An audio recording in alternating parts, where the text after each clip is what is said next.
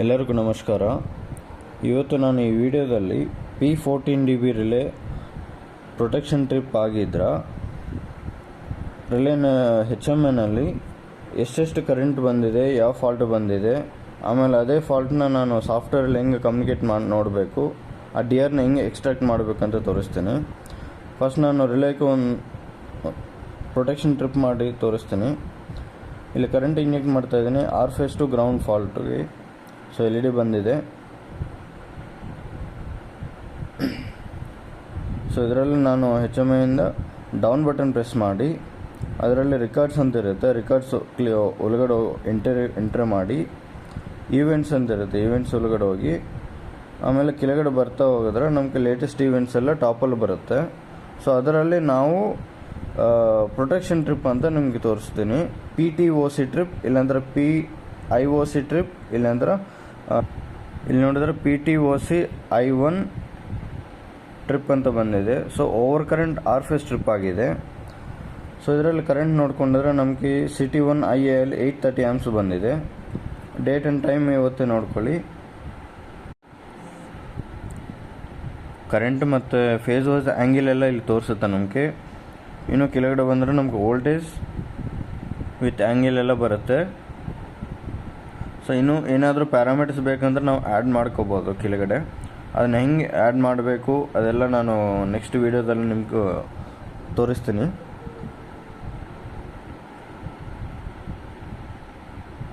ಇಲ್ಲಿ ನಮ್ಗೆ ಎರಡು ಇರುತ್ತೆ, PTOC I1 and R phase trip. So over current R phase trip ಅಂತ ಎರಡರಲ್ಲಿ ನಮ್ಗೆ ಸೇಮ್ ಬರುತ್ತೆ. ಇದು ಬಿಟ್ಟು ನೀವು ಬೇರೆ ಈವೆಂಟ್ಸಲ್ಲಿ ಕಡೆ ನೋಡಿದ್ರೆ ಅಲ್ಲಿನೂ ಸೇಮ್ ಈವೆಂಟ್ಸ್ ಬರುತ್ತೆ, ಬಟ್ ವ್ಯಾಲ್ಯೂ ನಿಮ್ಗೆ ಕರೆಕ್ಟಾಗಿ ಗೊತ್ತಾಗಲ್ಲ ಎಷ್ಟು ಟ್ರಿಪ್ ಆಗಿದೆ ಅಂತ. ಸೊ ಎಕ್ಸಾಕ್ಟ್ಲಾಗಿ ನೀವು ಈ ಥರ ಟ್ರಿಪ್ ಅಂತ ಇರೋದಕ್ಕೆ ಒಂದು ಜಾಗಕ್ಕೆ ಬಂದು ಒಳಗಡೆ ನೋಡಬೇಕು. ಆಮೇಲೆ ನಾನು ಸೇಮ್ ಇದೇ ಫಾಲ್ಟ್ನ ನಾನು ರಿಲೇ ಕಮ್ಯುನಿಕೇಟ್ ಮಾಡಿ ಸಾಫ್ಟ್ವೇರ್ ಒಳಗಡೆ ಹೆಂಗೆ ನೋಡಬೇಕಂತ ತೋರಿಸ್ತೀನಿ. ಸೊ ಈ ರಿಲೇ ಹೆಂಗೆ ಕಮ್ಯುನಿಕೇಟ್ ಮಾಡಬೇಕು, ಆಮೇಲೆ ರಿಲೇ ಜೊತೆಗೆ ನಾನು ಹೆಂಗೆ ಆನ್ಲೈನ್ ತೊಗೋಬೇಕಂತ ಆಲ್ರೆಡಿ ನಾನು ವಿಡಿಯೋ ಮಾಡಿ ಅಪ್ಲೋಡ್ ಮಾಡಿದ್ದೀನಿ. ಸೊ ನಮ್ಮ ಚಾನಲ್ ಒಳಗಡೆ ಹೋಗಿ ಹಿಂದೆ ವಿಡಿಯೋ ನೋಡಿದ್ರೆ ನಿಮ್ಗೆ ಗೊತ್ತಾಗುತ್ತೆ. ಸೊ ಈಗ ಡೈರೆಕ್ಟ್ ನಾನು ಪಾಸ್ವರ್ಡ್ ಹಾಕಿ ರಿಲೇ ಆನ್ಲೈನ್ ತೊಗೊಂಡಿದ್ದೀನಿ. ಸೊ ಇಲ್ಲಿ ಮೇಲ್ಗಡೆ ನಮ್ಗೆ ಟಾಪಲ್ಲಿ ರಿಕಾರ್ಡ್ಸ್ ಅಂತ ಒಂದು ಆಪ್ಷನ್ ಬರುತ್ತೆ. ಸೊ ಸೊ ಇಲ್ಲಿ ರಿಕಾರ್ಡ್ಸ್ ಅಂತ ಹೋಗಿದ ಮೇಲೆ ನಮ್ಗೆ ಅದರಲ್ಲಿ ಈವೆಂಟ್ಸ್, ಟಾರ್ಗೆಟ್ಸ್, ಆಮೇಲೆ ಲಾಸ್ಟ್ ಟ್ರಿಪ್ ಇರುತ್ತೆ, ಆಸಿಲೋಗ್ರಫಿ ಆ್ಯಂಡ್ ಫಾಲ್ಟ್ ರಿಕಾರ್ಡ್ಸ್ ಎಲ್ಲ ನಮಗೆ ಕೆಳಗಡೆ ಬರ್ತಾ ಇರುತ್ತೆ. ಸೊ ಇಲ್ಲಿ ನಮ್ಗೆ ಡೈರೆಕ್ಟಾಗಿ ಆಪ್ಷನ್ ಸಿಗುತ್ತೆ ಲಾಸ್ಟ್ ಟ್ರಿಪ್ ಅಂತ ಹೇಳ್ಬಿಟ್ಟು.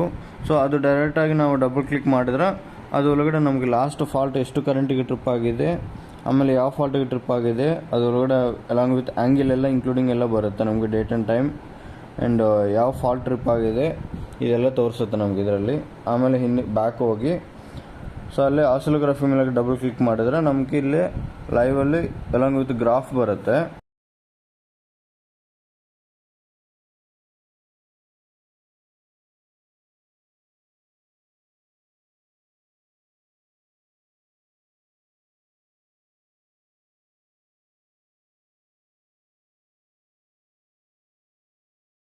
ಸೊ ಇಲ್ಲಿ ಟೋಟಲ್ ಲೆಂತ್ ಬಂದು ನಮಗೆ 3 ಸೆಕೆಂಡ್ ಇರುತ್ತೆ, ಗ್ರಾಫ್ ಲೆಂತ್ ಬಂತು.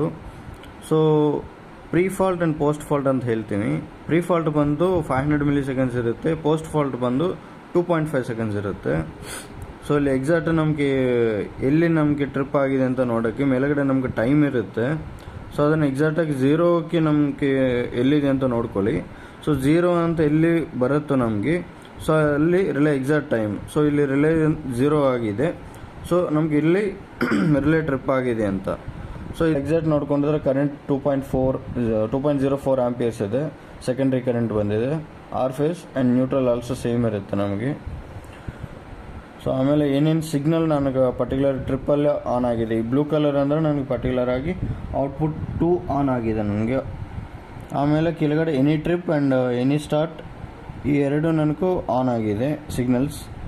ಏನೇನು ಸಿಗ್ನಲು ಎಷ್ಟೆಷ್ಟು ಟೈಮ್ ಆನ್ ಆಗಿದೆ ಅಂತ ನಮ್ಗೆ ಇಲ್ಲಿ ತೋರಿಸುತ್ತೆ. ಸೊ ಈಗ ನಾನು ಇದೇ DR ಫೈಲ್ని ನಾನು ಎಕ್ಸ್ಪೋರ್ಟ್ ಮಾಡ್ತೀನಿ. ಸೊ ಇಲ್ಲಿ ಜಸ್ಟ್ ಸೆಲೆಕ್ಟ್ ಮಾಡಿ ಮೇಲ್ಗಡೆ ಎಕ್ಸ್ಪೋರ್ಟ್ ಅಂತ ಆಪ್ಷನ್ ಇರುತ್ತೆ, ಎಕ್ಸ್ಪೋರ್ಟ್ ಅಂತ ಕ್ಲಿಕ್ ಮಾಡಿ ನಾನು ಯಾವ ಫೈಲಲ್ಲಿ ಯಾವ ಲೊಕೇಶನಲ್ಲಿ ನನಗೆ ಈ ಫೈಲ್ ಸೇವ್ ಆಗಬೇಕು ಅಂತ ನಾನು ಸೆಲೆಕ್ಟ್ ಮಾಡ್ಕೊತೀನಿ. ಇಲ್ಲಿ ನಾನು ಟೆಂಪ್ರರಿಯಾಗಿ ಒಂದು ಸ್ಯಾಂಪಲ್ ಫೈಲ್ ನಾನು ಒಂದು ಕ್ರಿಯೇಟ್ ಮಾಡ್ತಾಯಿದ್ದೀನಿ ಫೋಲ್ಡರ್. ಸೊ ಅದರೊಳಗಡೆ ಎಕ್ಸ್ಪೋರ್ಟ್ ಮಾಡಿ ಅಂತ ಓಕೆ ಕೊಟ್ಟಿದ್ದೀನಿ. ಸೊ ನೋಡೋಣ ಈಗ ಒಳಗಡೆ ಹೋಗಿ.